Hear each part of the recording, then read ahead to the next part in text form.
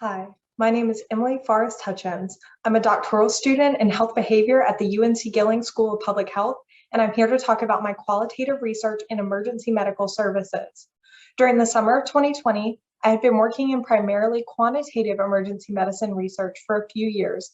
And around that time, a paper was published by colleagues at the National Registry of Emergency Medical Technicians that demonstrated that for the past decade, the racial demographics among EMTs and paramedics had not changed. And this was at a time when a lot of other medical fields were seeing an increase in racial minority clinicians joining those fields. This paper had me wondering what was going on in EMS that was causing this stagnation that isn't apparent in other medical fields. I started to look into the research, and there were no formal studies about diversity in the EMS workforce.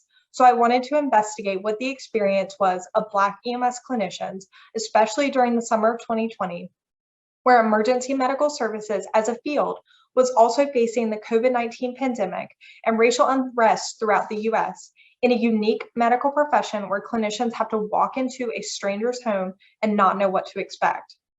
I wanted to tell you exactly how I got into this research because I'm a white researcher looking at this issue from a completely outside perspective.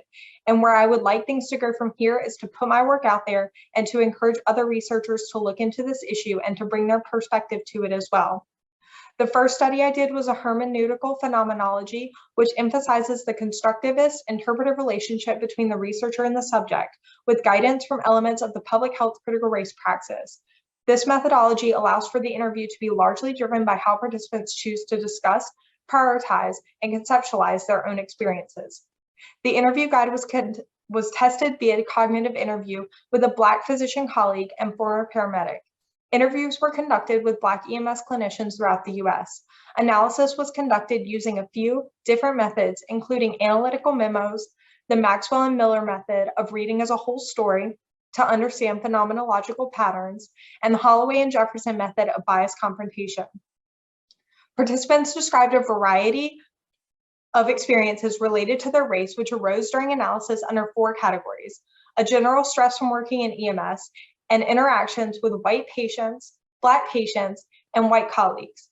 There are so many nuances of these themes that I don't have time to discuss now, but look forward to talking about in the podcast. The major finding of this study was a phenomenon of a white patient making a racist remark against a Black clinician and their white colleagues' reaction to that incident, something I refer to as a critical moment. This wasn't a term that participants used, but these specific interactions where a white patient made a remark and a white colleague was a witness was discussed so consistently among participants in relation to their trust in their team and their desire to continue working in EMS. This critical moment weighed on the trust participants placed in their colleagues, leadership, and EMS as a whole. The combination of these experiences amplified the strain of EMS clinicians' already stressful and often traumatic work. I am currently working on a second phase of this study that focuses on the Southern United States and has a narrower research focus to investigate the factors that influence recruitment and retention of Black EMS clinicians. The broader impact of both of these studies is increased attention to the issue of stagnant racial demographics in EMS. Research into the clinician experience and how these experiences affect both clinician health and patient care is critically lacking. I hope that this research serves as a jumping off point for more researchers to bring their perspective and experience to this important issue. Thank you.